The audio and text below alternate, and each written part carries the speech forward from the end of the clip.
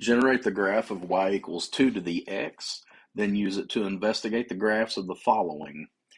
When we look at y equals 2 to the x, in the chart below, I picked several values of x from -3 to +3. Once these are substituted in, we will calculate our value and then make an ordered pair from the number we entered and the answer we got. The easier ones to calculate are when you start with 0. So let's go to the middle of the table. If x is 0, 2 to the 0 power is equal to 1. So 0, 1. This black graph is the y equals 2 to the x base graph. So we have a y-intercept at 1. When x is 1, 2 to the first is 2. So the point 1, 2 is on that graph. When x is 2, 2 squared is 4. So the point 2, 4. And then finally 3, 2 cubed is 8, so the point 38 is also found on this y equals 2 to the x graph. As you venture into the negatives, it's not quite as easy to calculate. When x is -1, 2 to the -1 is 1 over 2 to the first, which is half, so -1, 1/2 is a point on the function's graph. When x is -2, 2 to the -2 is 1 over 2 squared, that's 1/4. And then finally, when x is -3, 2 to the -3 power is 1 over 2 cubed, that's 1/8. So -3 and 1/8. This black graph is the one that represents the y equals 2 to the x function. If you negate your exponent, that forces you into 1 over 2 to the x. You reflect the original graph across the y-axis. So if we take this black graph and reflect it across the y-axis, we get this red graph. All the points will be inverted. So we have 3, 8. That'll give us -3, 8. We have the point 2, 4. So -2, 4, you just negate all your x's. This pink graph is the reflection of the original across the y-axis. If you negate the base, then you reflect across the x-axis. That graph is in blue. So if you take the original graph in black, reflect it across the x-axis, you get this graph in blue. And the third graph, if you add or subtract in the exponent, you will shift right or left. If you subtract in the exponent, you actually shift right because it takes a +1 to zero this out. Take all your points from the black graph, shift them right 1 unit, and then re-sketch your curve, and you've got the function of y equals 2 to the x minus 1 power. If the exponential term has an addition or subtraction, you will shift vertically up or down. Positive is up, negative is down. So we're going to take our black graph of y equals 2 to the x, shift it up 1 unit, and we will have its graph. Feel free to use your graphing calculators as well. Use the one-to-one property to solve each equation. The one-to-one property is if you have two exponential terms set equal to one another and you can get your bases identical, then your exponents have to be identical as well. Starting with our left example, we have 2 to the x plus 1 equals 16. 16 can be written as 2 to the 4th. That creates the same base on both sides, therefore x plus 1 has to equal 4, and that tells us x must be 3. In the middle example, 8 is 2 cubed, so that gives us 1 over 2 cubed. In order to get these bases lined up, they're already equal, but in order to get them lined up, we move 2 cubed above the fraction line. That makes it 2 to the -3 power. Same bases, one-to-one property, that means our exponents have to be the same.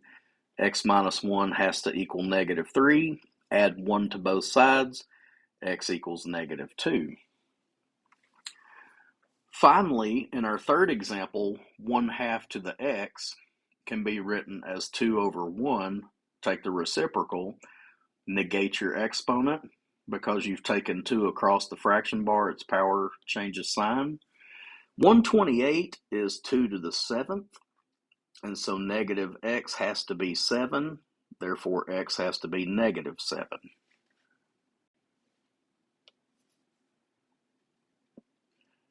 Use the one-to-one property for bases of E. E is Euler's number. We will study more about it in future examples and videos. It's hard to even think about E being a number, but it is. Like pi, there's a symbol for pi. E is named after Leonhard Euler.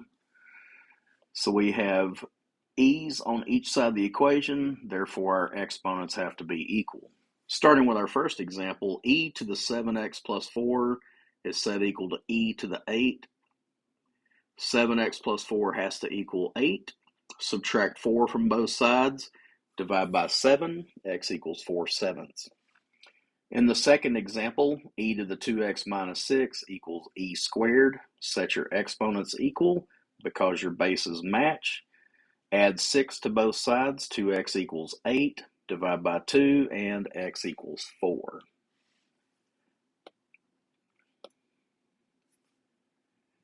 Find the balance A when P dollars is invested at rate R for T years and compounded N times per year. Sorry for the adjustments. It's hard to get all this on one screen. P is the principal or starting amount, that's $1,500. Interest rate, if given as a percent, convert to decimal form, divide by 100. T is the number of years the account is active. When the money is compounded 4 times per year, N equals 4. That would be quarterly compounding. This is our formula for N compoundings per year. So A is equal to 1,500 times 1 plus interest rate in decimal form divided by N, that's 4, to the N times T power, 4 times 10, that's 40.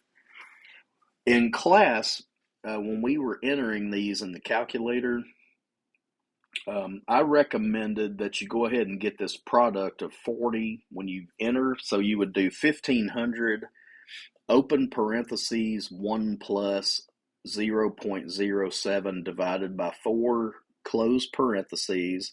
Your calculator will know to divide before adding 1.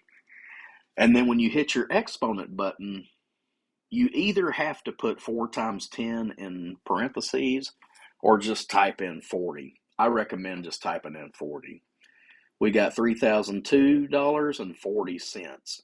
When you round to the nearest cent, you look at the third number to the right of the decimal. If it is 5 or larger, then you round your change. If it is 4 or less, you keep your two numbers the same. When N is 12, that's compounded monthly. 1,500 times 1 plus 0.07 over 12 to the 12 times 10 power. You replace 4 with 12. Make your calculation. You can use 120 as your exponent. You will get $3,014.49. And finally, when your compoundings are 365, that's daily compounding. Replace your N with 365. This will have a new exponent of 3650. Carefully type in, and you will get $3,020.43. If your money is compounded continuously, then you switch to this formula in blue. P times E, you'd have to hit second and natural log on your calculator to access the E. In that exponent of E, you need your interest rate in decimal form times T in years. So for our problem, it's 1,500 times E to the 0.07 times 10. I would just call this 0.7 And that way you have e to the product, $3,020.63.